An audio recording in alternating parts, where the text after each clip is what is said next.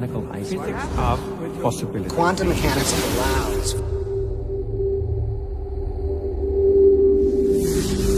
supreme mind. The brain is capable of millions of neural nets. Cascade of biochemical An emotional response. molecules. The brain does not know the difference between what it sees in its environment and what it remembers. We are running the holodeck. Whatever way we observe the world around us. So how can you continue to see the world as real if the self that is determining it to be real is intangible?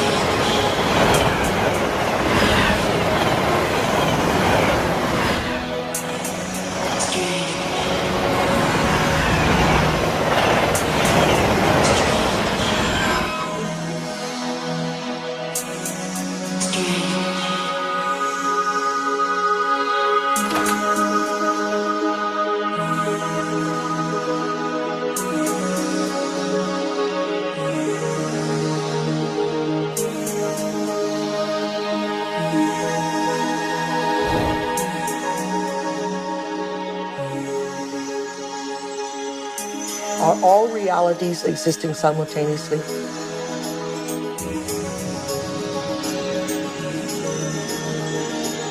Is there a possibility that all potentials exist side by side?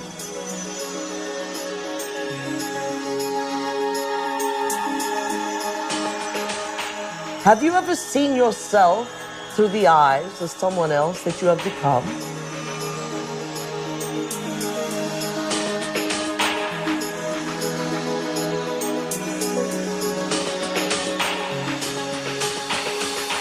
And looked at yourself through the eyes of the ultimate observer?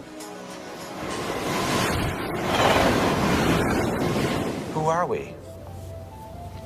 Where do we come from? What should we do? And where are we going? Why are we here? Well, that is the ultimate question, isn't it? What is reality? What I thought was unreal now, for me, seems in some ways to be more real than what I think to be real, which seems now more to be unreal. You can't explain it. And anybody who gets too lost and anybody who spends too much time trying to explain it is likely to get lost forever down the rabbit hole of mysteriousness. I think the more you look at quantum physics, the more mysterious and wondrous it becomes. Quantum physics, in very succinctly speaking, is a physics of possibilities. These are questions. These are addressing questions of how the world feels to us, of whether there's a difference between the way the world feels to us and the way it really is. Have you ever thought about what thoughts are made of? I think some of the things we're seeing with the children today is a sign that the culture is in the wrong paradigm and not appreciating the power of thought. Every age, every generation has its built-in assumptions that the world is flat, or that the world is round, etc. There are hundreds of hidden assumptions, things we take for granted that may or may not be true. Of course, in the vast majority of cases, historically, these things aren't true. So presumably, if history is any guide, much about what we take for granted about the world simply isn't true. But we're locked into these precepts without even knowing it oftentimes. That's a paradox. Modern materialism strips people of the need to feel responsible. And often enough, so does religion. But I think if you take quantum mechanics seriously enough, it puts the responsibility squarely in your lap, and it doesn't give answers that are clear-cut and comforting. It says, yes, the world is a very big place. It's very mysterious.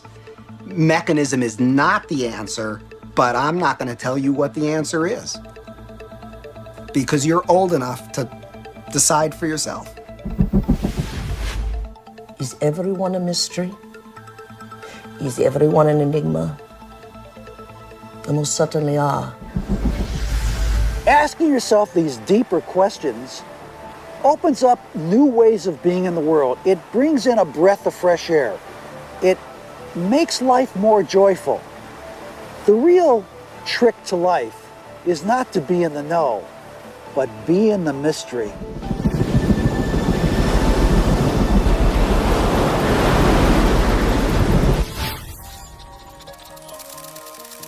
It's time to get wise.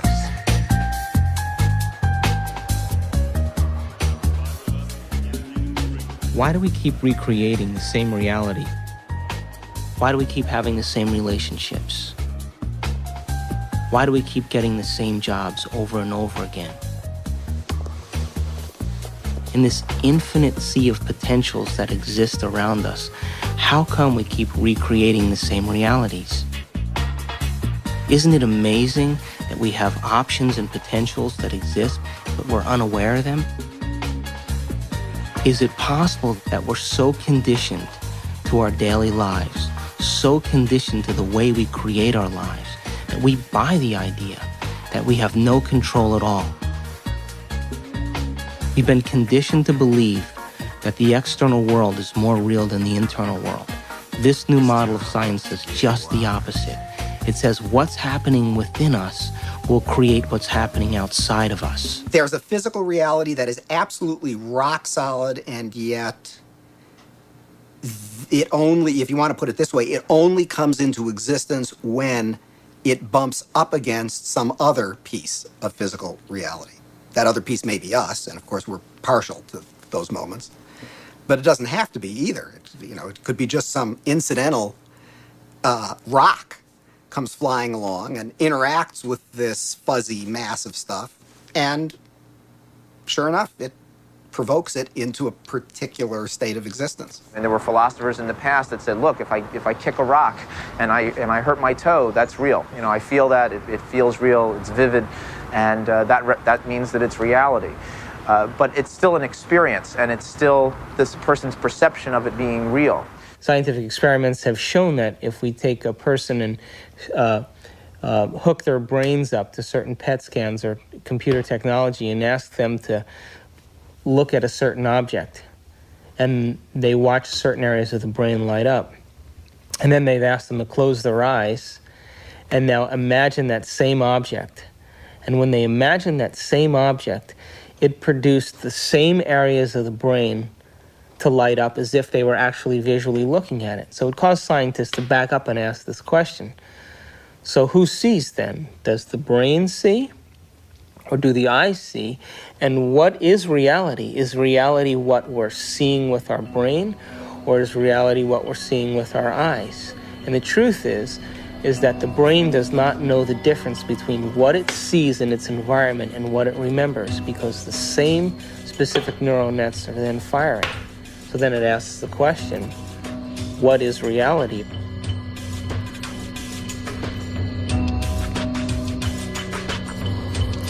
We're bombarded by huge amounts of information, and it's coming into our body, and we're processing it, coming in through our sense organs. It's percolating up, and at each step we're eliminating information, and finally what is bubbling up to consciousness is the one that's the most self-serving.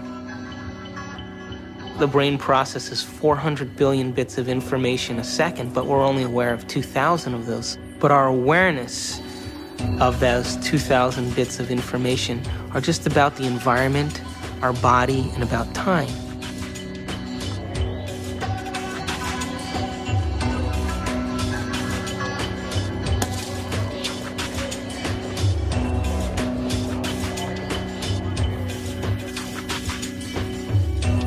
We're living in a world where all we see is the tip of the iceberg.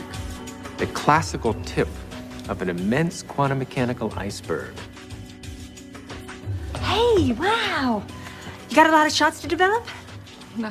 Oh, bummer. Well, I'll catch you later.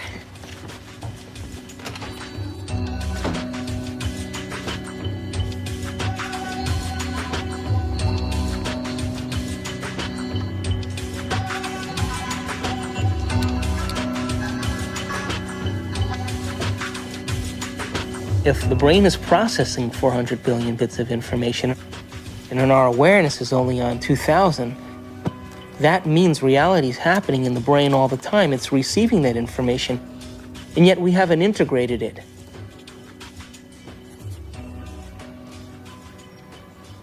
The eyes are like the lens, but the tape that's really seeing is the back of the brain.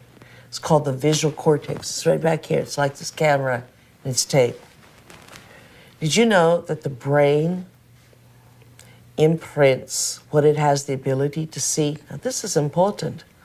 For example, this camera is seeing a lot more around me than what is here, because it has no objection and no judgment.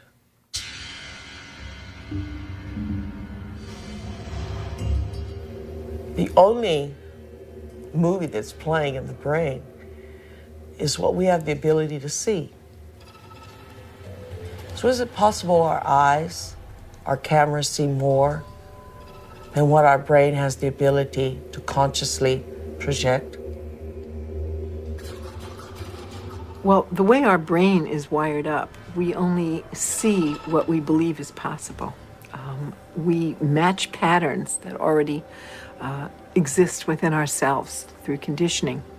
So a wonderful story that I believe is true is that when the Indians, the Native American Indians on the Caribbean islands, saw Columbus's ships approaching, they couldn't see them at all because it was so unlike anything they had ever seen before.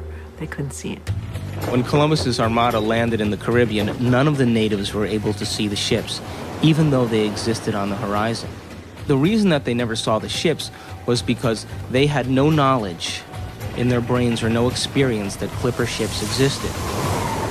So the shaman starts to notice that there's ripples out in the ocean, but he sees no ship, but he starts to wonder what's causing the effect. So every day he goes out and looks and looks and looks, and after a period of time, he's able to see the ships. And once he sees the ships, he tells everybody else that ships exist out there because everybody trusted and believed in him. They saw them also.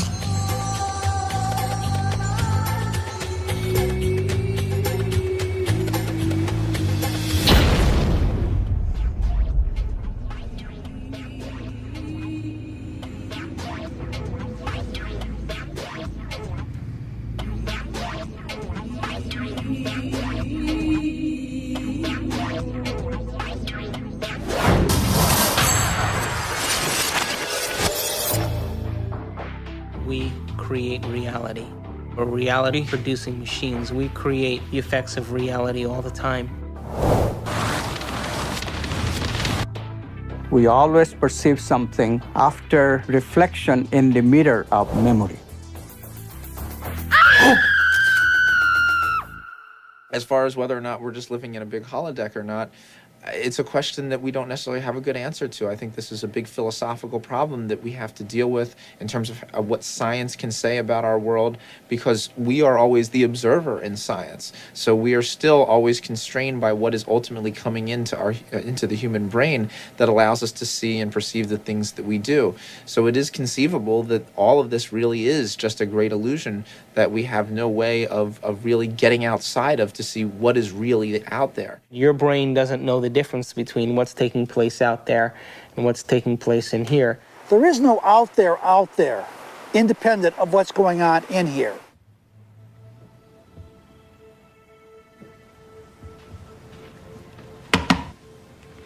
You okay?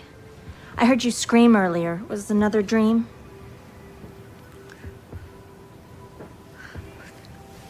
You were an Indian, watching Columbus's ship materialize out of thin air. Wow. And this medicine man kept hitting you. Cool. Hey, maybe it was a past life or a parallel reality or a future life. Got weird. Or maybe that dream was trying to tell you the truth. I guess it just depends on what you think is real.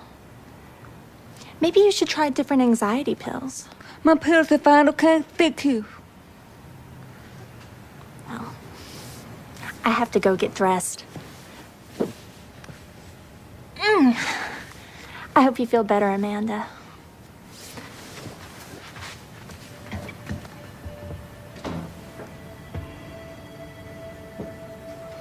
Amanda, aga bythethyn addo.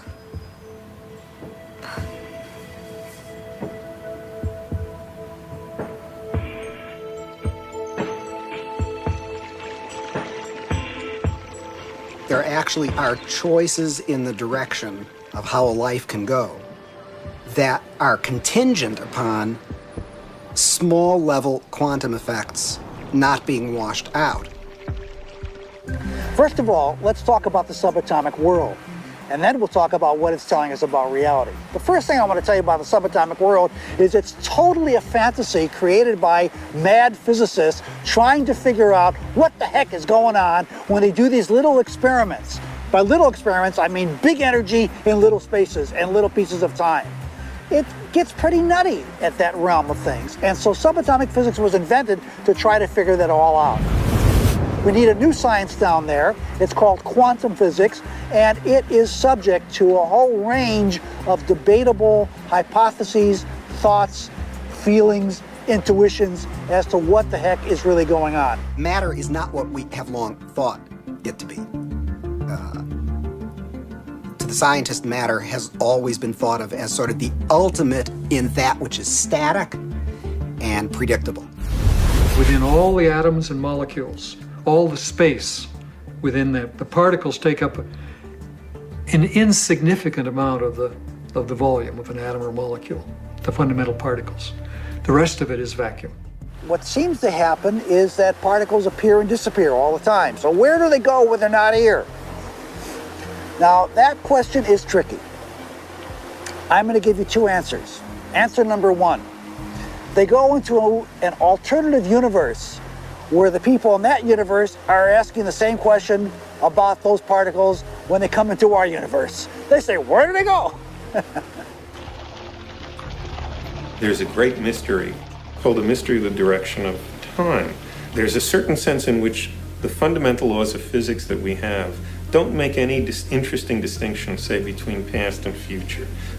For example, it's a puzzle from the standpoint of the fundamental laws of physics.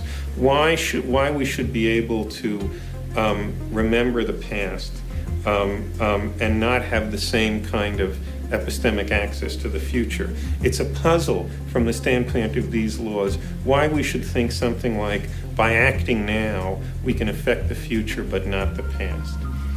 These things, that we have a different kind of epistemic access to the past and the future, that we have a different kind of control by acting now over the future than we do over the past. These things are so fundamental to the way we experience the world that that it seems to me not to be curious about them is to be, 3/4 of the way to being dead.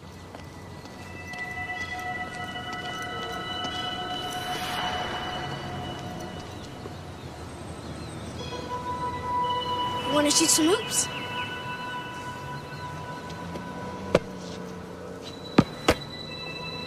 No, you don't have to be like that.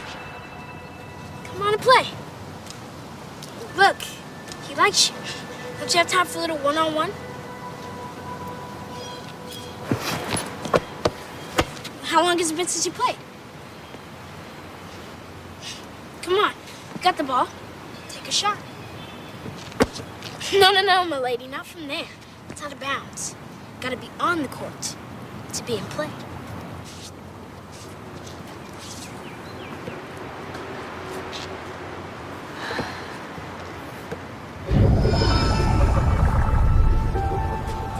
Welcome to Duke Reginald's court of unending possibilities.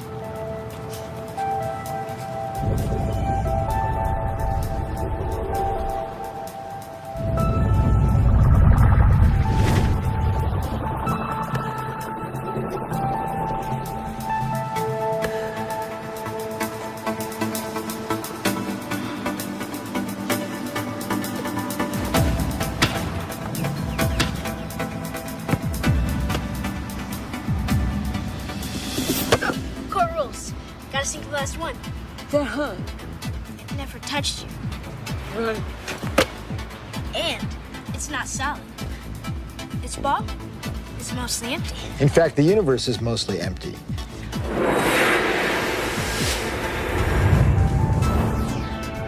We like to think of space as empty and matter as solid. But in fact, there is essentially nothing to matter whatsoever. It's completely insubstantial. Take a look at an atom. We think of it as a kind of hard ball. Then we say, oh, well, no, not really. It's this little tiny point of really dense matter right at the center, surrounded by a kind of fluffy probability cloud of electrons popping in and out of existence. But then it turns out that that's not even right. Even the nucleus, which we think of as so dense, pops in and out of existence just as readily as the electrons do. The most solid thing you can say about all this insubstantial matter is that it's more like a thought. It's like a concentrated bit of information. What makes up things are not more things, but what makes up things are ideas, concepts, information. And like I said, it never touches.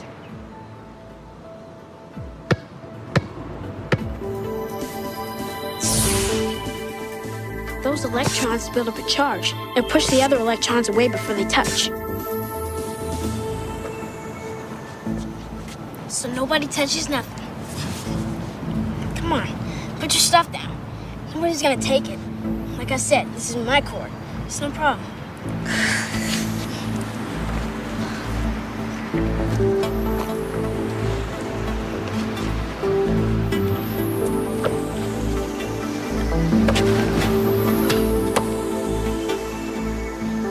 How long has it been? I believe. It's only in conscious experience that it seems that we move forward in time. In quantum theory, you can also go backwards in time. You can always go back in time.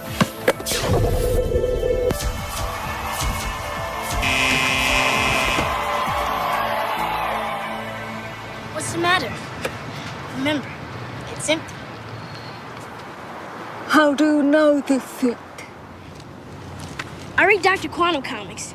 Everybody thinks it's just kid stuff, but I know it's real. That's how I do my magic on the court. Yeah, I always choose the Wonder Boy first. He's got the weirding way. Well, Dr. Quantum says everybody's got it. Everybody's doing it. Doing it constantly. Each and every time you look. When you ain't looking, it's like a wave. When you are looking, it's like a particle. When you are not looking, there are waves of possibility. When you are looking, then there are particles of experience. A particle, which we think of as a solid thing, really exists in a so-called superposition, a spread out wave of possible locations. And it's in all of those at once. The instant you check on it, it snaps into just one of those possible positions. Quantum superposition implies that a particle can be in two or more places or states simultaneously. And this is a very bizarre concept and one of the hallmarks of the quantum world. Superheroes use superposition, with the world being potential strips of reality. Until we choose. Heroes choose what they want. Being in many places at once, experiencing many possibilities all at once, and then collapsing on the one.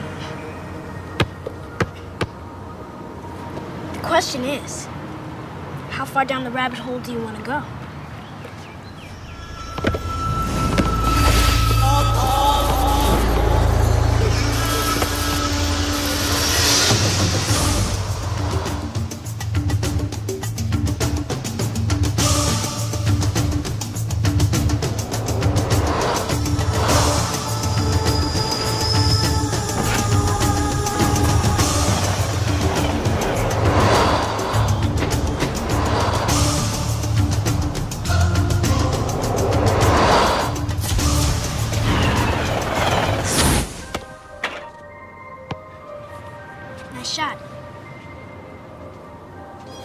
How can a system or an object be in two or more states at the same time? It's very easy. Instead of thinking of things as things, we all have a habit of thinking that everything around us is already a thing, existing without my input, without my choice. You have to banish that kind of thinking. Instead, you really have to recognize that even the material world around us, the chairs, the tables, the rooms, the carpet, camera included, all of these are nothing but possible movements of consciousness. And I'm choosing moment to moment out of those movements to bring my actual experience into manifestation. This is the only radical thinking that you need to do. But it is so radical, it's so difficult, because our tendency is that the world is already out there, independent of my experience. It is not. Quantum physics has been so clear about it. Heisenberg himself, co-discoverer of quantum physics, said atoms are not things. They are only tendencies. So instead of thinking of things, you have to think of possibilities. They're all possibilities of consciousness. You now can see in numerous labs around the United States objects that are large enough to be seen by the naked eye, and they are in two places simultaneously. And you can actually take a photograph of that. Now, I suppose if you showed a photograph, they'd say, oh, great, here's this nice blob of colored light, and I see there's a bit of it over here, and another bit of it. So you got a picture of two dots. What's the big deal? And if you say, well, look right in the chamber. You can see it right there. Oh, I see two things there. You say, no, that's not two things. That's one thing. It's the same thing in two places. I'm not sure that people's jaw would drop about it, because I don't think people really believe it. And I don't mean that people say, oh, you're lying, or, oh, the scientists are confused. I think it is so mysterious that you can't even understand how amazing it is. And then furthermore, you've seen Star Trek and whatnot. Beam me up, Scotty. So it all seems sort of, oh, well, what does that really mean? But you've got to really stop and think about what that means, that it's the same object and it's in two places at once. And people tinker in the lab, and they get angry about things, and they have lunch, and they go home, and they lead their lives just as though nothing utterly astounding is happening, because, of course, that's how you have to go about it. And yet there is this completely amazing magic sitting right in front of your eyes. Quantum physics calculates only possibilities. But if we accept this, then the question immediately comes, what chooses among these possibilities to bring the actual event of experience? So we immediately see that consciousness must be involved. The observer cannot be ignored. We know what an observer does from a point of view of quantum physics, but we don't know who or what the observer actually is.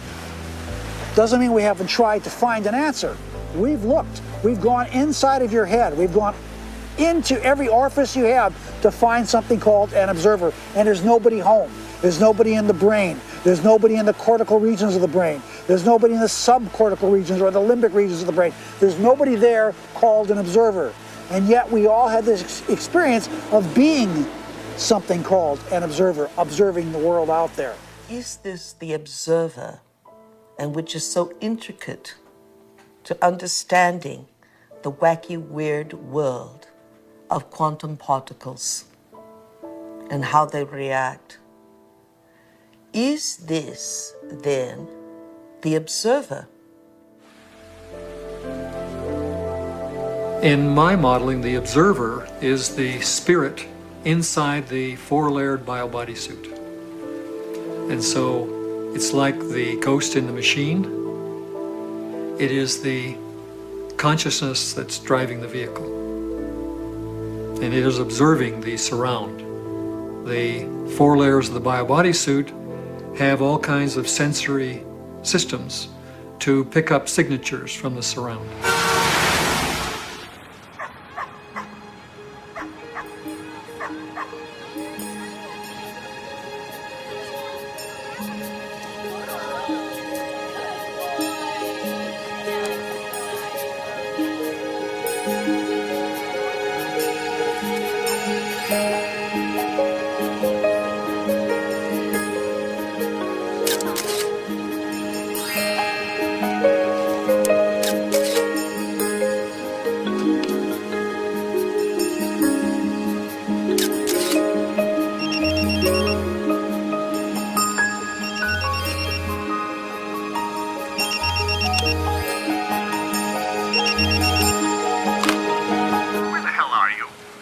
got a studio full of people, but oh my God, there's no photographer. Where can she be? Aliens? Loch Ness Monster? A hot date? In Washington, D.C., the so-called murder capital of the world, there was a big experiment in the summer of 1993 where 4,000 volunteers came from 100 countries to collectively meditate for long periods of time throughout the day. It was predicted in advance that with such a sized group, you would have a 25% drop in violent crime, as defined by the FBI, in Washington that summer. Well, the chief of police went on television saying that, look, it's going to take 2 feet of snow to reduce crime by 25% in Washington, D.C. this summer. But by the end, the police department became a collaborator and author of this study because the results, in fact, showed a 25% drop in violent crime in Washington, D.C., which we could predict on the basis of 48 previous studies that had already been done on a smaller scale. This leads naturally to wonder, are people affecting the world of reality that they see? You betcha they are. Every single one of us affects the reality that we see, even if we try to hide from that and play victim. We all are doing it. Just tell me where you are. Good. But hurry with it, please, because these models are giving me a headache. 10 minutes.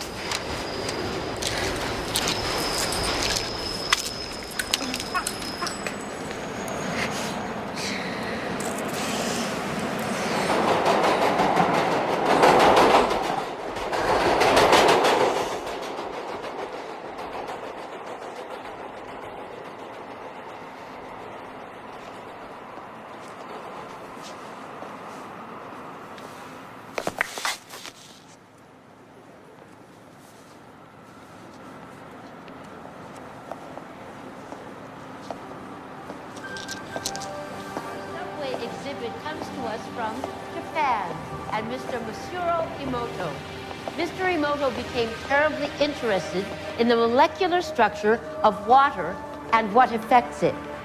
Now, water is the most receptive of the 4 elements. Mr. Emoto thought perhaps it would respond to non-physical events. So he set up a series of studies, applied mental stimuli, and photographed it with a dark field microscope. This first picture is a picture of water from the Fujiwara Dam.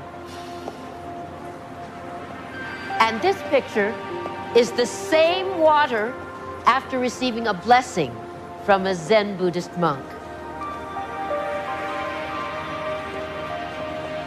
Now, in this next series of pictures, Mr. Emoto printed out words, taped them to bottles of distilled water, and left them out overnight. This first photograph is a picture of the pure distilled water, just the essence of itself. These subsequent photographs, as you can see, are each different. This is the chi of love. And we move along here to thank you. And you can see where he taped that to this bottle here. But if you read Japanese, you already knew that. Now, Mr. Emoto speaks of the thought or intent being the driving force in all of this. The science of how that actually affects the molecules is unknown, except to the water molecules, of course. And it's really fascinating when you keep in mind that 90% of our bodies are water.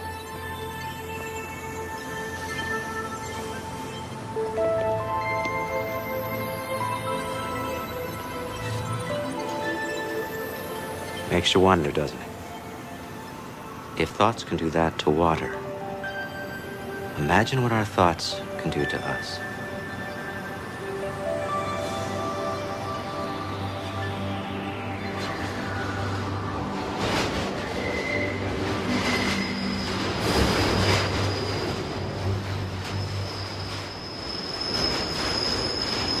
Absolutely, thought alone can completely change the body. Most people don't affect reality in a consistent, substantial way because they don't believe they can. They write an intention and then they erase it because they think that's silly. I mean, I can't do that. and then they write it again, and then they erase it. So time average, it's a very small effect. And it really comes down to the fact that they believe they can't do it. If you accept with every rudiment of your being that you will walk on water, will it happen? Yes, it will. But you know, it's like positive thinking. It's a wonderful idea, positive thinking. But what it usually means is that I have a little smear of positive thinking covering a whole mass of negative thinking. So thinking positive is not really thinking positive, it's just disguising the negative thinking that we have. When we think of things, then we make the reality more concrete than it is. And that's where we become stuck. We become stuck in the sameness of reality. Because if reality is concrete, obviously I'm insignificant. I cannot really change it. But if reality is my possibility of consciousness itself, then immediately comes the question of how can I change it? How can I make it better? How can I make it happier? You see how we are extending the image of ourselves?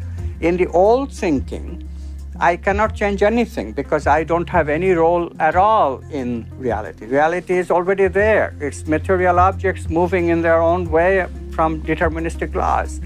And mathematics determines what they will do in a given situation. I, the experiencer, have no role at all. In the new view, yes, mathematics can give us something. It gives us the possibilities that all these movements can assume, but it cannot give us the actual experience that I'll be having in my consciousness. I choose that experience. And therefore, literally, I create my own reality. It may sound like a tremendous bombastic claim by some new agey without any understanding of physics whatsoever, but really quantum physics is telling us that.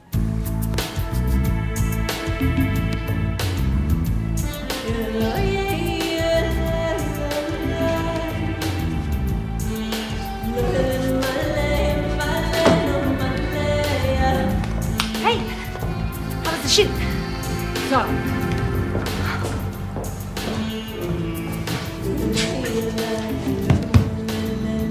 Your boss called. He's worried about you.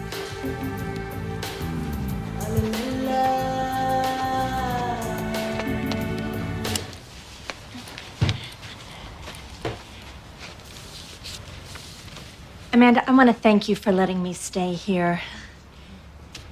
I know I'm a bit much sometimes and that it's been tough after Bob and all. And you've just been so wonderful. I mean, I make a mess and, well, I clean up afterwards, but it's not really your style. Sometimes I think you make me sane. Me? The day I make someone sane, they're in trouble. Anyway, I made you something as a thank you gift.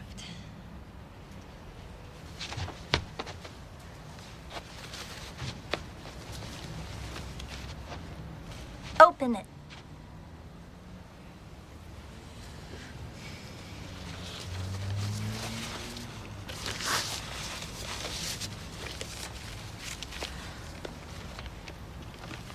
I went through your pictures and picked my favorite ones. And it took me forever because there's so many good ones.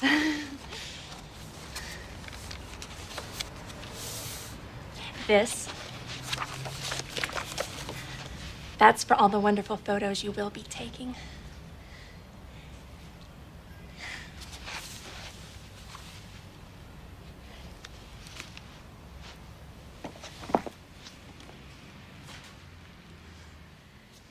Oh. I've had a strange day. Thank you.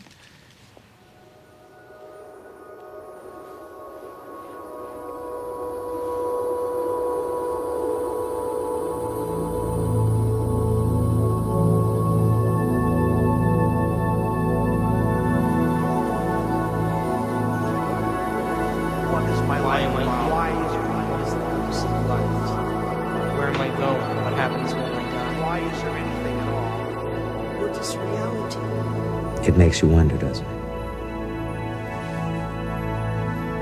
If thoughts can do that to water, Imagine what our thoughts can do to us. Reality ultimately comes down to our experience. Have you ever thought about what thoughts are made of? Is there a substance of thought? I guess it just depends on what you think is real. The world being possible timelines of reality. Until we choose. Are all realities in the quantum field existing simultaneously? I definitely think addiction is something really something that you can't stop. There literally are different worlds in which we live. There's the macroscopic world that we see. There's the world of our cells. There's the world of our atoms. There's the world of our nuclei. These are each totally different worlds. They have their own language. They have their own mathematics. They're not just smaller. Each is totally different. But they're complementary. Because I am my atoms. But I am also my cells. I'm also my macroscopic physiology. It's all true. They're just different levels of truth. The deepest level of truth uncovered by science and by philosophy is the fundamental truth of unity. At that deepest subnuclear level of our reality, you and I are literally one.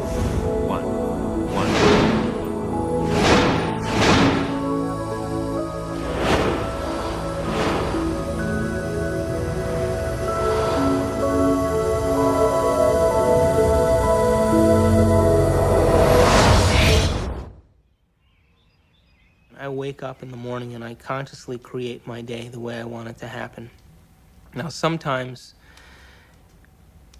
because my mind is examining all the things that I need to get done, it takes me a little bit to settle down and get to the point of where I'm actually intentionally creating my day. But here's the thing, when I create my day, and out of nowhere, little things happen that are so unexplainable, I know that they are the process or the result of my creation. And the more I do that, the more I build a neural net in my brain that I accept that that's possible. It gives me the power and the incentive to do it the next day. In addiction, we have a supreme, beautiful opportunity to decipher the difference between our intangibility of our nobleness of character and the day-to-day business of how that character is revealed in a three-dimensional world through our bodies.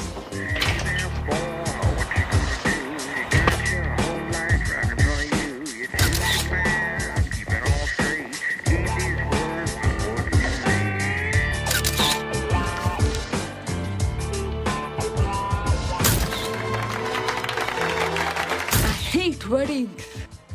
And what we will learn is that addiction is the feeling of a chemical rush that is cascaded through the bodies through a whole assortment of glands and ductless glands and through the spinal fluid, a feeling that some would call a sexual fantasy. It only takes one sexual fantasy for a man to have a hard-on. In other words, it only takes one thought here for a man to have an erection in his member. And yet, there was nothing outside of him that gave him that. It was what was within him that gave him that. Oh, hey, Amanda, I didn't know you were there. Guilty. A wedding. Come on, blink. This is a good assignment, if you'd see it that way. What to see? I do. They did. Oh, God, Amanda. I mean, you live in your past. I mean, everything with you is about what happened. You hate churches, you hate weddings, you hate guys. And I want you to go scope it out. Don't need to. I got money there. I know. I took the pictures, remember? You got too many memories clouding your vision. Oh, Amanda, you know you're the best technical photographer I have. And I want to have some great pictures. You know what? You need a good Polish wedding. And watch out for those good Catholic boys, huh? You mean the priest? Come on, get out of here. Bye. When I was younger, I had lots of ideas about what God was. And now I realize I'm not conscious enough to truly understand what that concept means. That I am at one with the great being that made me and brought me here and that formed the galaxies and the universes, etc. How did that get taken out of religion? It was not hard.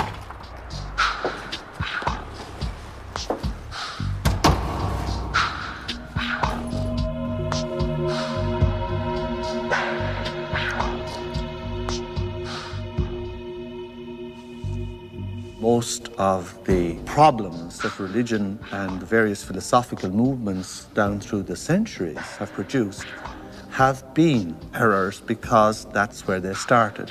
That God is a distinct, separate being from us, to whom I must offer worship, whom I must cultivate, humor, please, and hope to attain a reward from at the very end of my life. That is not what God is.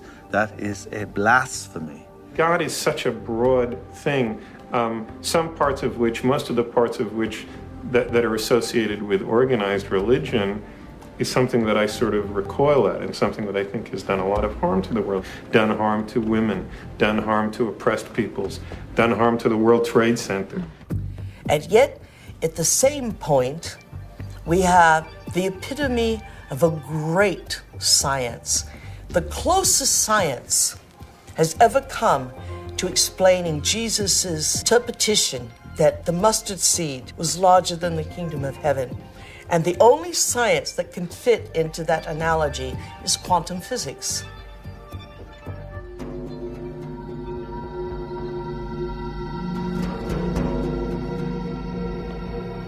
Now, we have great technology, from anti-gravity magnets and magnetic fields of zero-point energy. We have all that, and we still have this ugly, superstitious, backwater concept of God.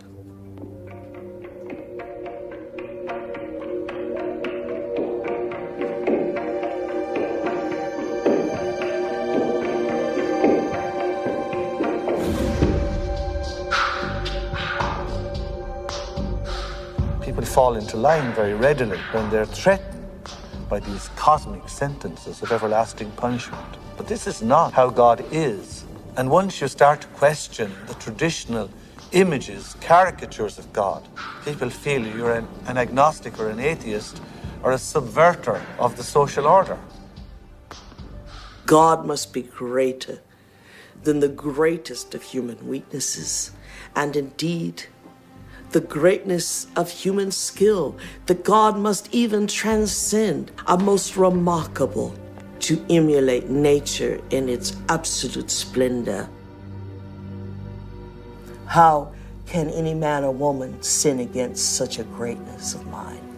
How can any one little carbon unit on Earth, in the backwaters of, indeed, the Milky Way, the boondocks, betray God Almighty?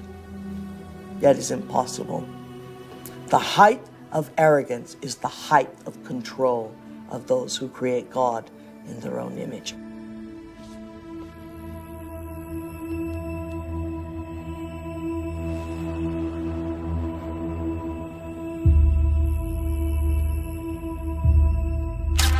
I now present to you Mr. and Mrs. Richard Buck Filipowski.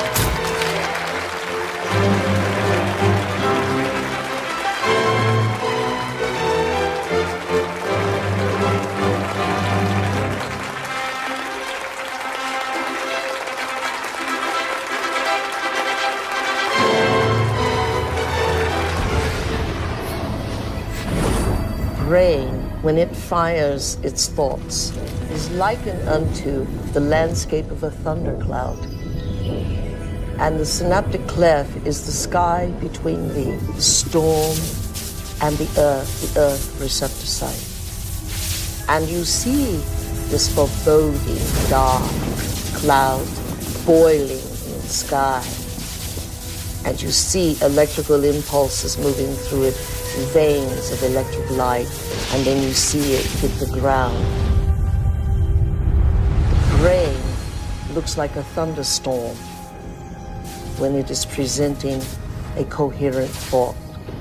So no one has ever seen the thought. What they do see in neurophysics is that they see a storm raging around different quadrants of the brain. Those are areas that are mapped in the body and what the person must be responding to. A holographic image. Rage, murder, hate, compassion, love. The brain does not know the difference between what it sees in its environment and what it remembers, because the same specific neural nets are then firing. The brain is made up of tiny nerve cells called neurons. These neurons have tiny branches that reach out and connect to other neurons to form a neural net. Each place where they connect is integrated into a thought or a memory. Now, the brain builds up all its concepts by the law of associative memory. For example, ideas, thoughts, and feelings are all constructed and interconnected in this neural net, and all have a possible relationship with one another. The concept and the feeling of love, for instance, is stored in this vast neural net. But we build the concept of love from many other different ideas. Some people have love connected to disappointment. When they think about love, they experience the memory of pain, sorrow, anger, and even rage. Rage may be linked to hurt, which may be linked to a specific person, which then is connected back to love. We build up models of how we see the world outside of us. And the more information that we have, the more we refine our model one way or another. And what we ultimately do is tell ourselves a story about what the outside world is. Any information that we process, any information that we take in from the environment is always colored by the experiences that we've had and an emotional response that we're having to what we're bringing in. Who is in the driver's seat when we control our emotions or we respond to our emotions? We know physiologically that nerve cells that fire together wire together. If you practice something over and over again, those nerve cells have a long-term relationship. If you get angry on a daily basis, if you get frustrated on a daily basis, if you suffer on a daily basis, if you give reasons for the victimization in your life, you're rewiring and reintegrating that neural net on a daily basis, and that neural net now has a long-term relationship with all those other nerve cells called an identity. We also know that nerve cells that don't fire together no longer wire together.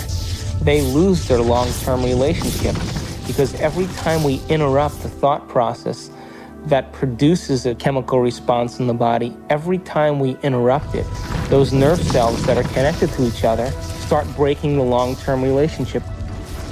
When we start interrupting and observing, not by stimulus and response and that automatic reaction, but by observing the effects it takes, then we are no longer the body, mind, conscious, emotional person that's responding to its environment as if it is automatic.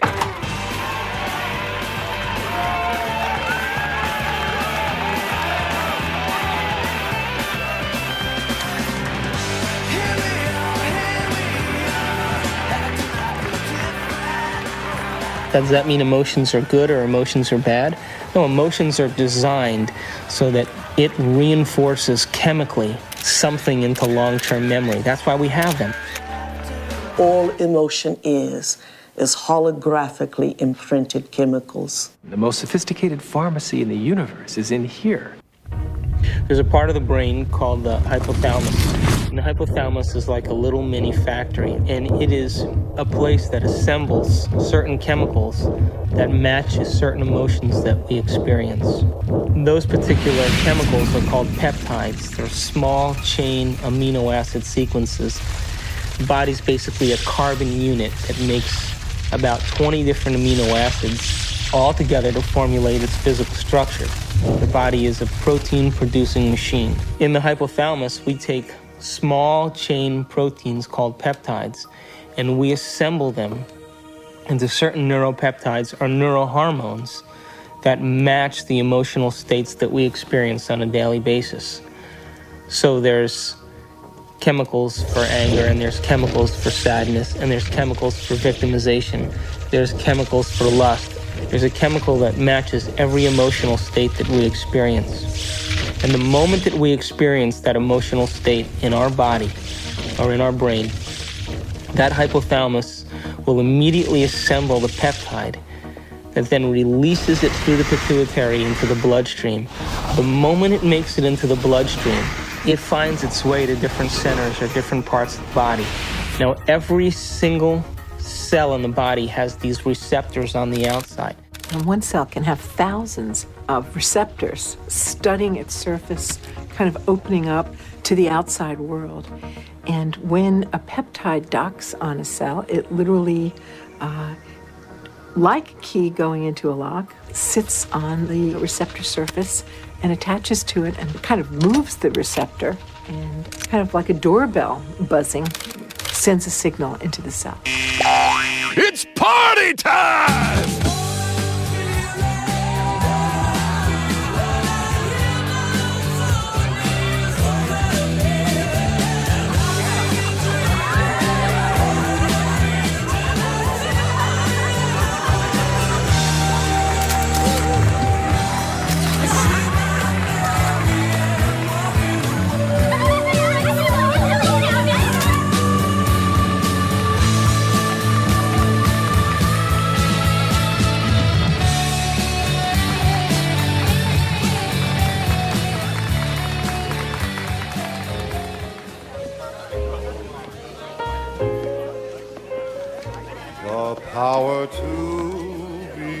What happens in adulthood is that most of us who've had our glitches along the way are operating in an emotionally detached place, or we're operating as if today were yesterday.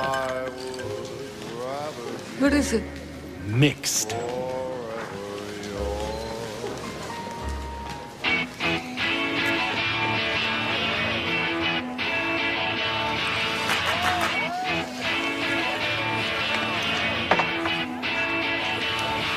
In either the disconnected place or the overly emotional reactive place, because they've gone to an earlier time in reality, the person is not operating as an integrated whole.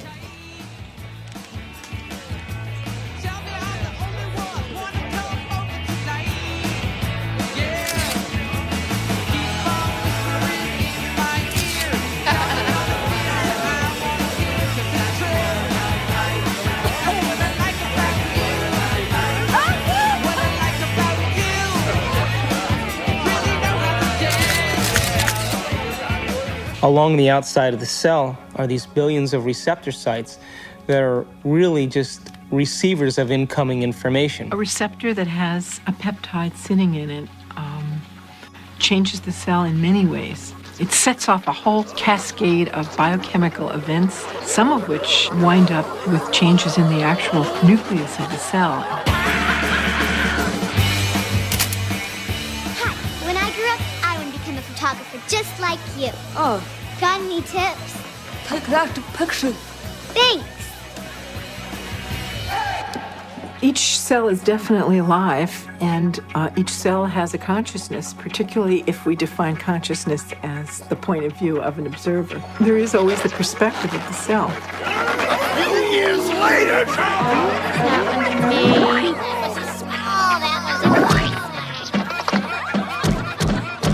In fact, the cell is the smallest unit of consciousness in the body. I'm hungry. I'm hungry.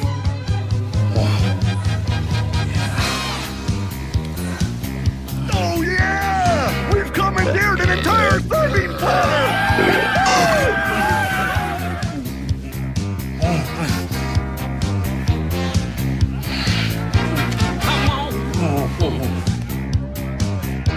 Yeah, keep it coming, keep it coming! Yeah! Oh yeah! Well, my definition of an addiction is something really simple. Something that you can't stop.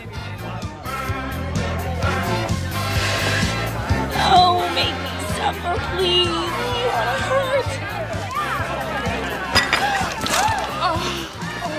We bring to ourselves situations that will fulfill the biochemical craving of the cells of our body by creating situations that meet our chemical needs. It always happens to me.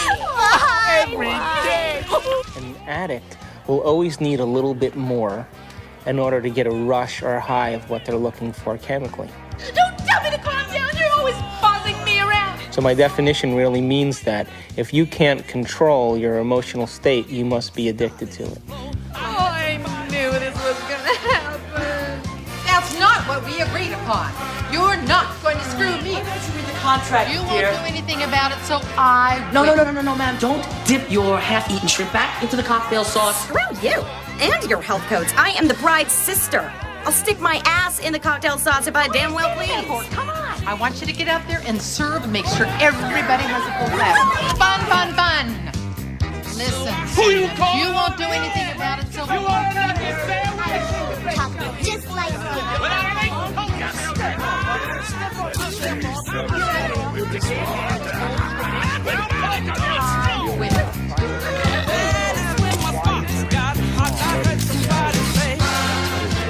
What is reality? What is the real reality?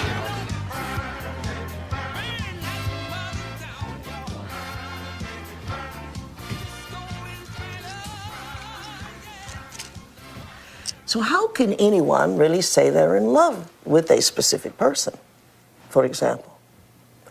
They're only in love with the anticipation of the emotions they're addicted to. Because the same person could fall out of favor the next week by not complying.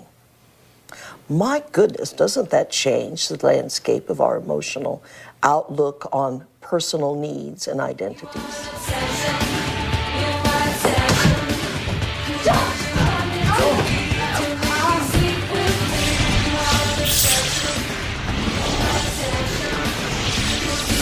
Oh, yeah. Come here.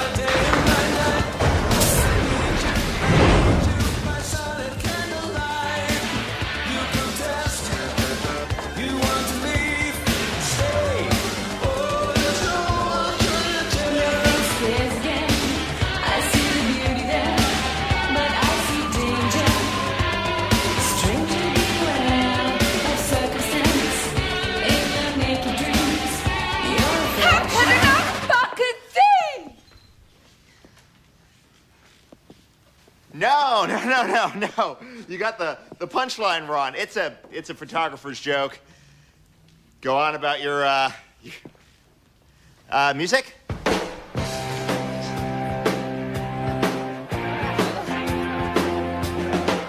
Are you okay? Right, I'm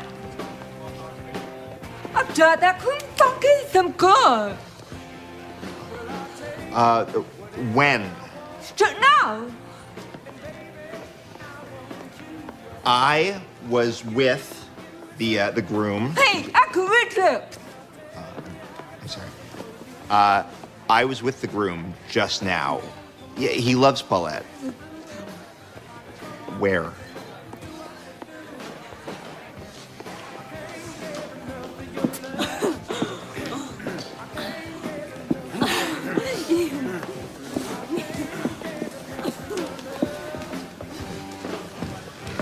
Polacks, they all look the same in a tux. You're not Polish. Hi. Thanks. Here. This will help.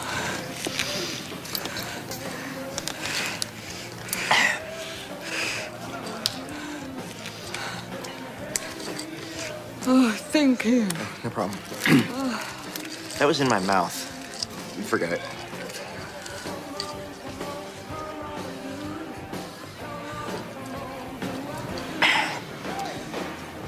So, what's your name? Elliot. Hi. Yeah. It's I'm Amanda. Hey, Amanda. I should have asked you what your name. You photograph a lot of weddings? Yeah, I hate it. I'm doing the thing again with my hands. I'm sorry. We are emotions, and emotions are us. Again, I can't separate emotions. When you consider that every aspect of your digestion, every sphincter that opens and closes, every group of cells that come in for nourishment and then moves out to heal something or repair something. Those are all under the influence of the molecules of emotion. I mean, it's this total buzz. So you ask if emotions are bad. Emotions are not bad. They're life. They color the richness of our experience. It's our addiction that's the problem. The thing that most people don't realize is that when they understand that they are addicted to emotions... Another drink? It's not just psychological. It's biochemical. Think about this. Heroin uses the same receptor mechanisms on the cells that our emotional chemicals use. It's easy to see then that if we can be addicted to heroin, then we can be addicted to any neuropeptide, any emotion. To the groom! To the groom. Woo!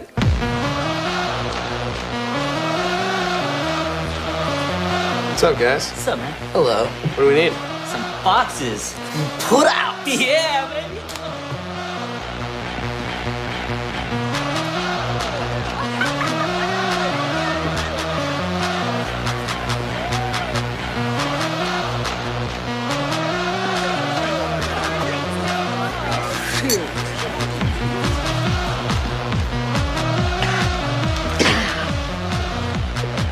So. The relevant search command that's going on is related to finding a certain emotional state. I mean, we can't even direct our eyes without having an emotional aspect to it.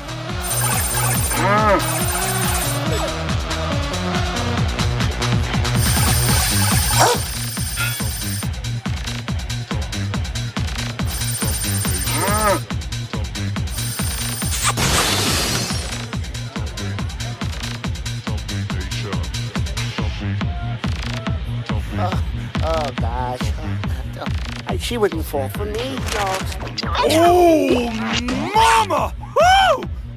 What the hell are you waiting for? Come on, you little pussies! Jeez, I can't believe you guys! What are you? Ooh, come on, just get the hell out of the way! Hi there, honey! Come on, baby, you know you want it. Oh, don't give me that look.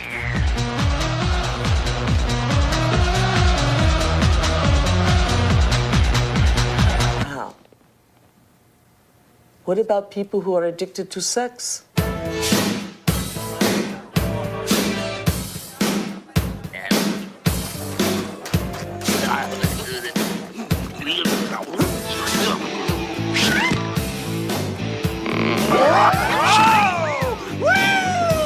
Hello there, big boy. Is there a rocket in your pocket, or are you just happy to see me?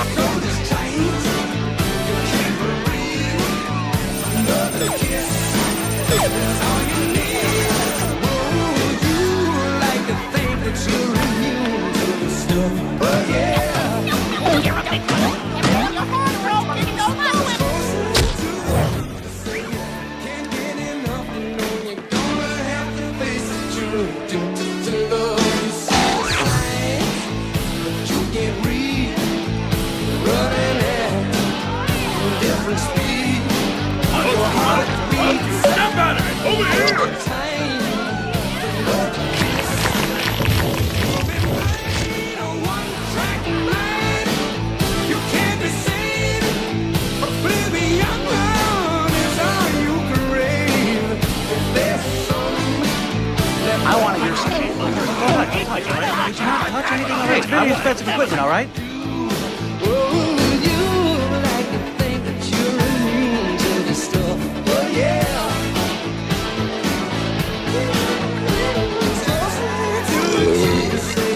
I want to hear some polka music, okay? I'm gonna play These people want to hear some I know polka we're gonna music. play some You polka can't music. have a Polish wedding without polka music!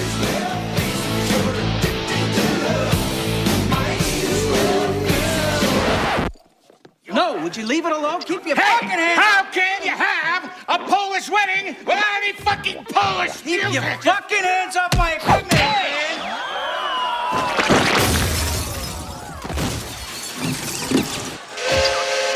Like I said before, it ain't a Polish wedding without a polka!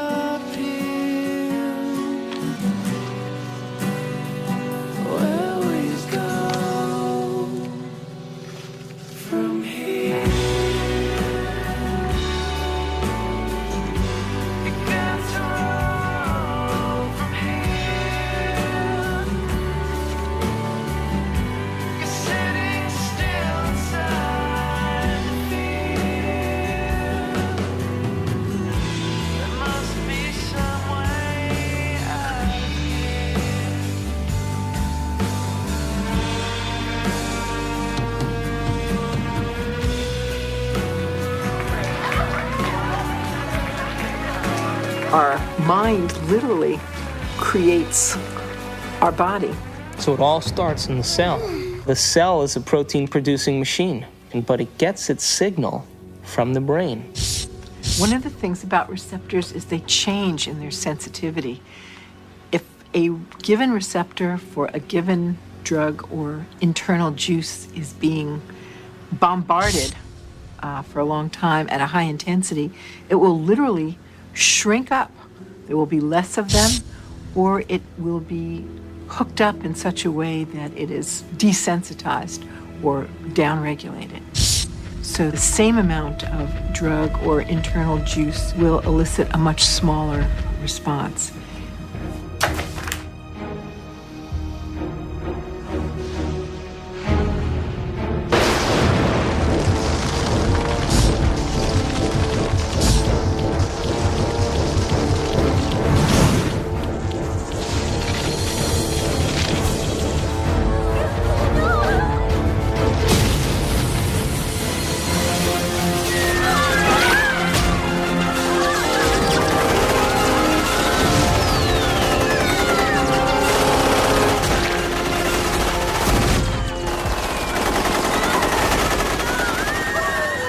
if we're bombarding the cell with the same attitude and the same chemistry over and over again on a daily basis, when that cell finally decides to divide, when it produces a sister cell or a daughter cell, that next cell will have more receptor sites for those particular emotional neuropeptides and less receptor sites for vitamins, minerals, nutrients, fluid exchange, or even the release of waste products or toxins.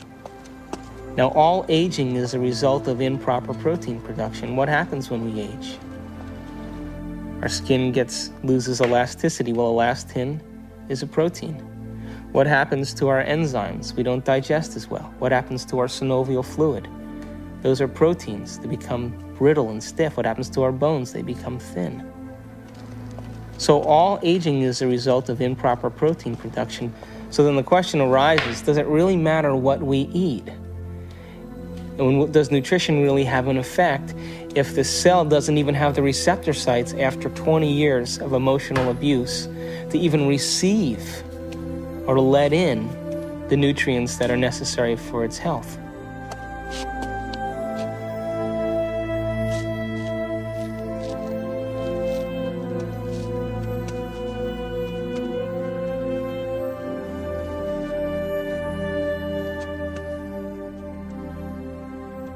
Okay, guys, it's time for a course correction on our trajectory along the path of our adventure. And that course correction is the movement to a new paradigm, just an expansion of the old, just as the universe is larger than we thought it was in our modeling. And it's always larger than we think it is.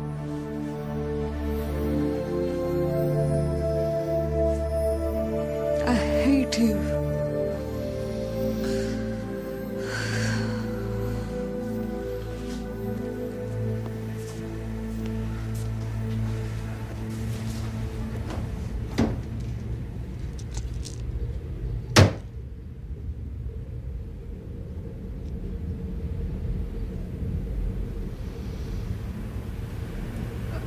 Hate you.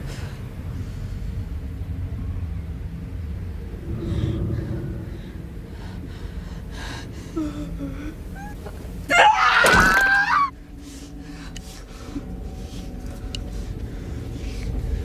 idiot! You suck! Look at you! You're fat! You're ugly! You're worth nothing! You get it all! I hate you!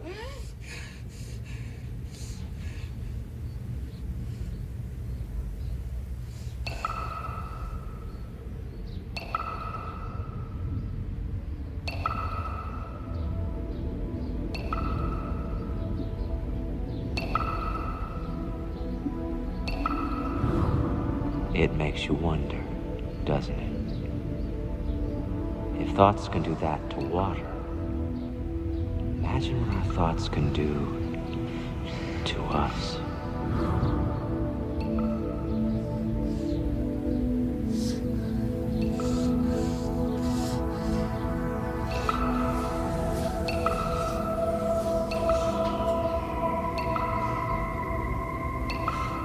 No one has ever came along and ever given you sufficient, intelligent knowledge about your beautiful self, how you work from the inside out. Why do you have addictions? Because you have nothing better. You have dreamt of nothing better because no one has ever taught you how to dream better.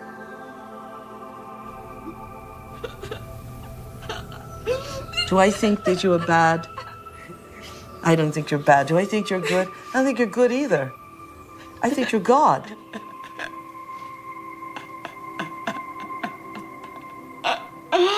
In general, the field of psychiatry really doesn't allow for enough freedom of action on people's part, meaning an awful lot of problems, not all of them to be sure, but an awful lot of problems that get labeled as psychological problems really amount to people making rotten choices. And they ought to be instructed to make different ones. Can I? Wow. Borrow some toothpaste?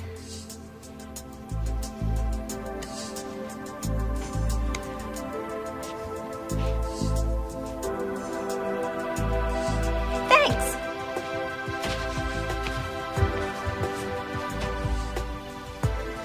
When I talk about we disappearing, I don't mean that we physically disappear. What I mean is that we move out of the area of the brain that has to do with our personality, that has to do with our association to people, our association to places, our association to things and times and events. We don't exist in the associative centers in our brain that reaffirms our identity and reaffirms our personality. For the average person in the world who lives life and considers their life boring or uninspiring is because they've made no attempt to gain knowledge and information that will inspire them. They're so hypnotized by their environment through the media, through television, through people living and creating ideals that everybody struggles to become, that no one can actually become in terms of physical appearance and definitions of beauty and valor that are all illusions, that most people surrender and live their life in mediocrity.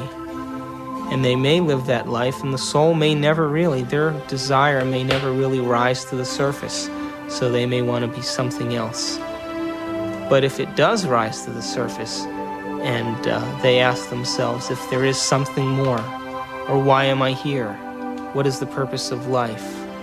Where am I going? What happens when I die? They start to ask those questions. They start to flirt and interact with the perception that they may be having a nervous breakdown.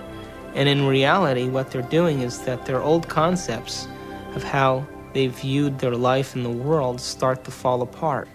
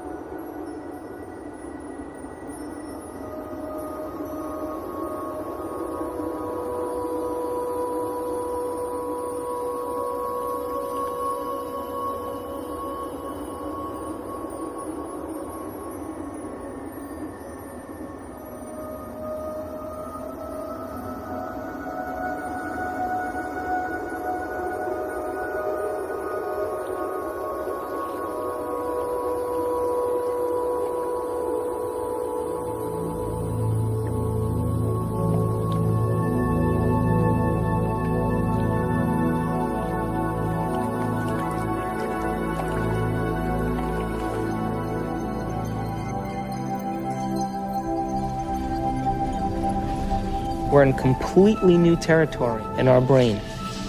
And because we're in completely new territory, we're rewiring the brain, literally reconnecting to a new concept. Then ultimately, it changes us from the inside out. If I change my mind, will I change my choices? If I change my choices, will my life change? Why can't I change? What am I addicted to? What will I lose that I'm chemically attached to? And what person, place, thing, time, or event that I'm chemically attached to that I don't want to lose because I may have to experience the chemical withdrawal from that? Hence the human drama.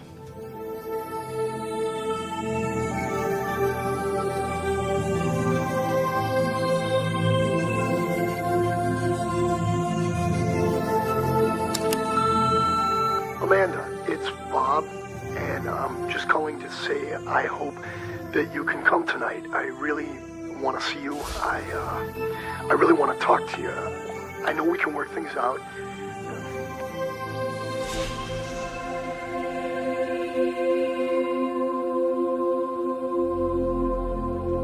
It's the only planet in the Milky Way that has habitation that is steeped in enormous subjugation of religion. You know why that is? Is because people have set up right and wrong. If I do this, I'm going to get punished by God. If I do the other thing, I'm going to get rewarded.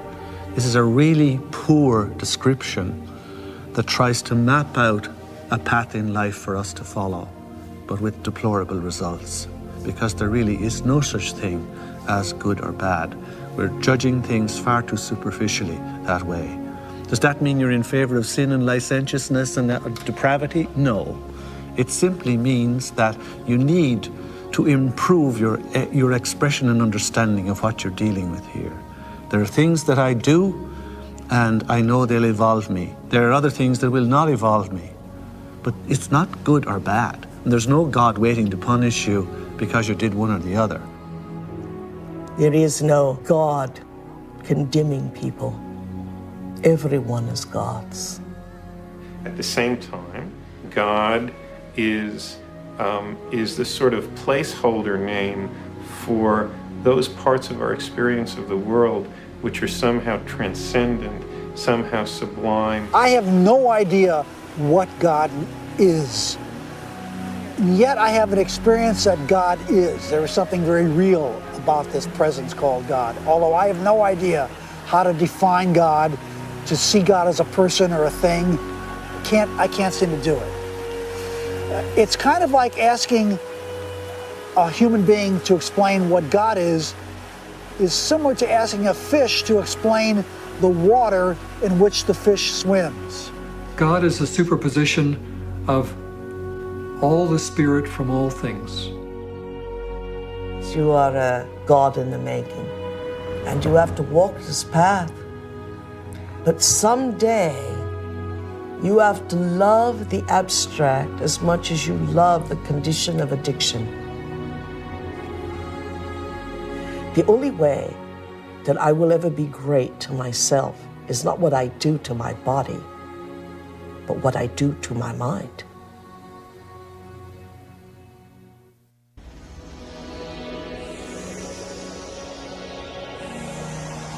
So if we're consciously designing our destiny, and if we're consciously, from a spiritual standpoint, throwing in with the idea that our thoughts can affect our reality or affect our life, because reality equals life, then I have this little pact that I have when I create my day.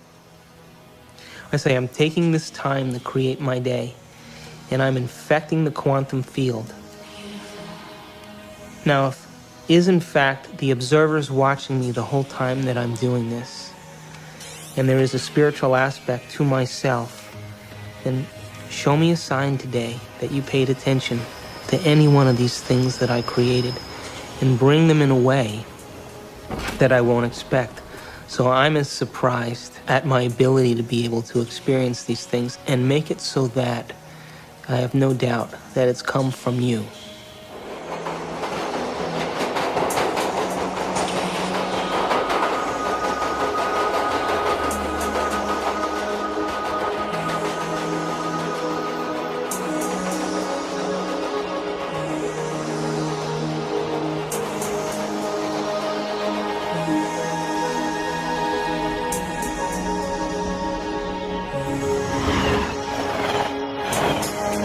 So the brain is capable of millions of different things that that people just really should learn, that how incredible they actually are and how incredible their minds actually are. And that not only do they have this unbelievable thing within their head that can do so many things for them and can help us learn and can actually change and adapt, and it can make us something better than what we actually are, and it can actually help us to transcend ourselves. That there may be some way that it can actually take us to a higher level of our existence, where we can actually understand the world in a deeper way, where we can understand our relationship to things and people in a deeper way, and we can ultimately make more meaning for ourselves in our world. We can show that there's a spiritual part of our brain, but it's a part that we all can have access to, and it's something that we can all do.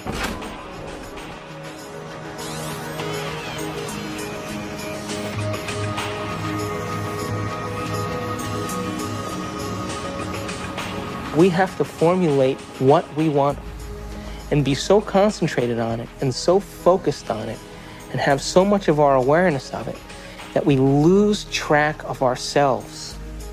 We lose track of time. We lose track of our identity. And the moment we become so involved in that experience that we lose track of ourselves, we lose track of time, that picture is the only picture that's real. And everybody's had that experience when they've made up their mind that they've wanted something. That's quantum physics in action. That's manifesting reality. That's the observer in full effect. Your consciousness influences others around you. It influences material properties. It influences your future. You are co-creating your future.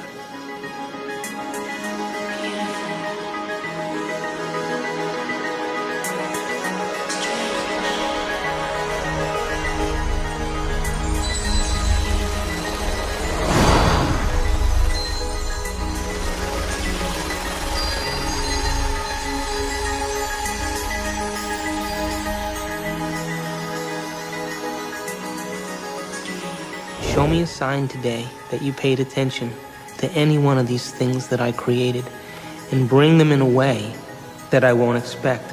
So I'm as surprised at my ability to be able to experience these things and make it so that I have no doubt that it's come from you.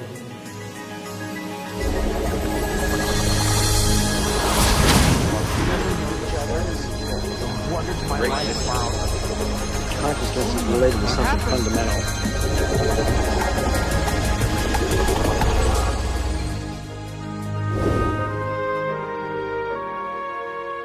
Have you ever seen yourself through the eyes of someone else that you have become? What an initiation.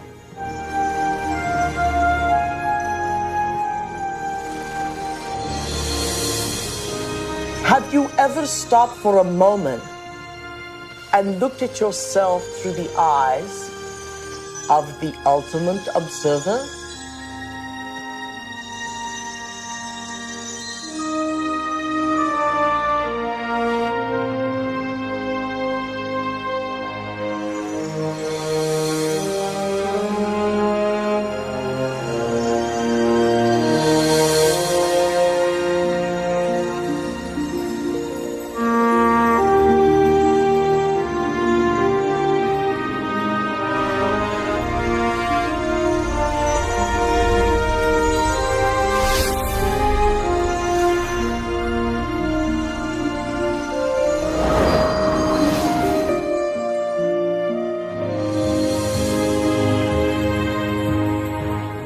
I am much more than I think I am. I can be much more even than that.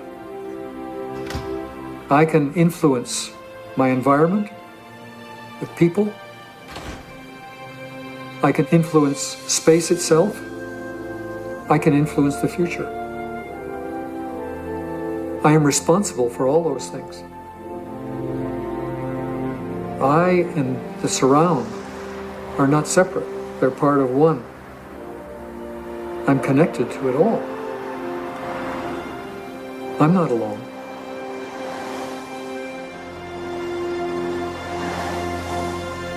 Knowing that there's this interconnectedness of the universe, that we are all interconnected and that we are connected to the universe at its fundamental level, I think is as good an explanation for spirituality as there is.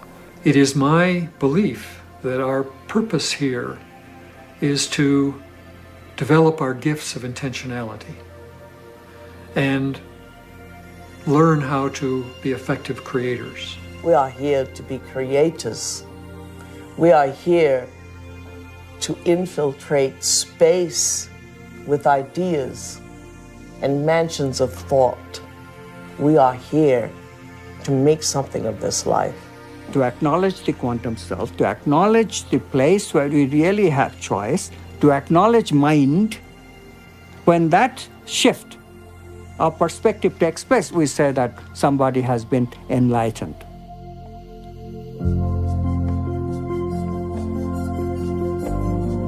Quantum mechanics allows for the intangible phenomenon of freedom to be woven into human nature. Quantum physics, very succinctly speaking, is a physics of possibilities. It opens fundamentally the question of whose possibilities and who chooses from these possibilities to give us the actual event of experience. The only answer that is satisfactory, both logically and meaningfully, is the answer that consciousness is the ground of all being. We must pursue knowledge without any interference of our addictions. And if we can do that, we will manifest knowledge in reality, and our bodies will experience it in new ways, in new chemistry, in new holograms, new elsewheres of thought, beyond our wildest dreams. All of us one day will reach the level of the avatars that we have read about in history, the Buddhas and the Jesus. Welcome to the kingdom of heaven, without judgment, without hate, without testing, without anything. That we simply are has allowed this reality we call real, from the power of intangibility, to pull out of inertness action, chaos, and hold it into its form, and we call it matter.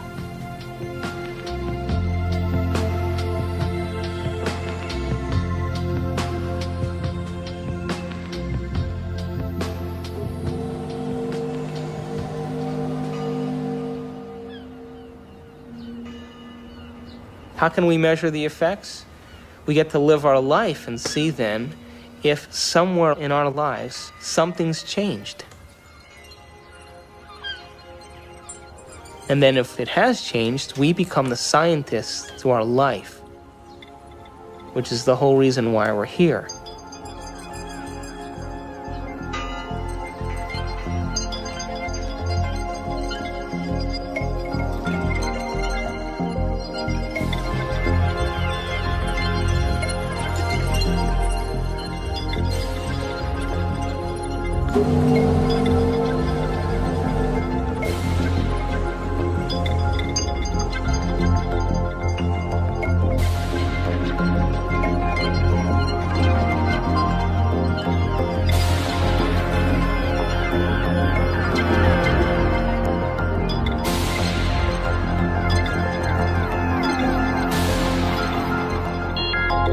Don't just take it at face value.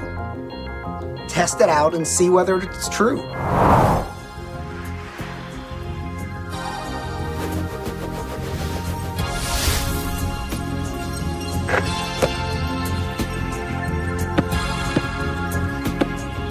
Hey, you're back. I'm back. So you never answered my question. What question? How far down the rabbit hole do you want to go?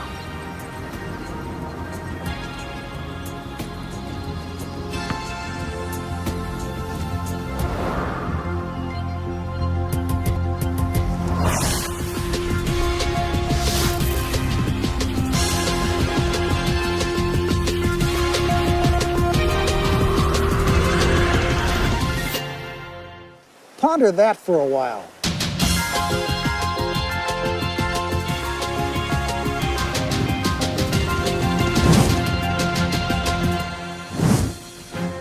My name's David Albert. I got a PhD in theoretical physics. I studied biochemistry at Rutgers University, and then went to chiropractic college at Life University in Atlanta, Georgia. My postgraduate training is in anatomy and physiology, neurochemistry, neurophysiology, and genetics.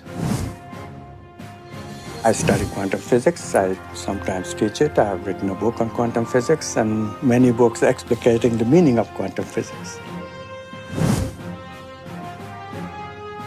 After my PhD from Harvard, I went to CERN, the European Laboratory for Particle Research, and then joined faculty at Stanford. And my work there has been the development of unified quantum field theories. I have about 100 publications in this area, but perhaps I'm best known for the discovery of supersymmetric flipped SU5 grand unified field theory.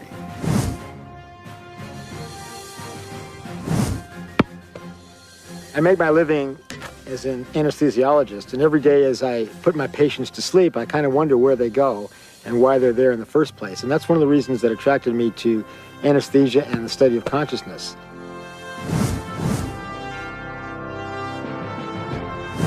My name is Michal Ledwith, and for most of my life I was a professor of theology.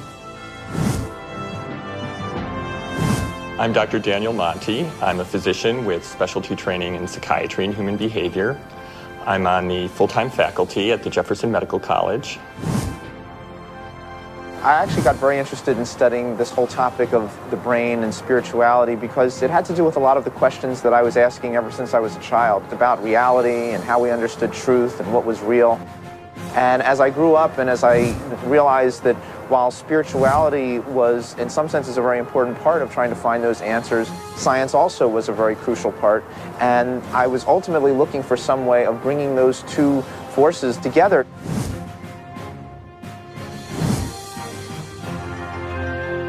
Well, my name is Candace Pert, and I'm a professor at Georgetown in the medical school. Here we are actually filming great thinkers. Everyone in this room is a great thinker. Now that we got them thinking, that's always a trick, isn't it? I should make it clear that I'm a graduate student in physics. I'm not a full-fledged theoretical physicist yet. But if fortune smiles on me and I continue to work like a dog on my problem sets and exams and whatnot, eventually what I hope to do with this is to apply fundamental quantum theory to quantum information processing. So I decided, well, if I gave up being department chairman, and if I gave up all my professional committees, and I gave up all my government committees, I would have a block of time that I could put to work. Of course, I give up all my power positions, but you have to sacrifice something. I had to keep my day job because my family needed to be fed.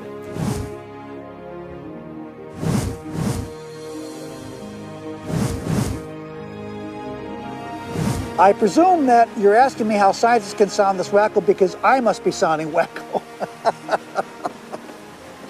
It's really an interesting question. If you study science long enough, and seriously enough, and dig deeply enough, if you don't come out feeling wacko about it, you haven't understood a thing.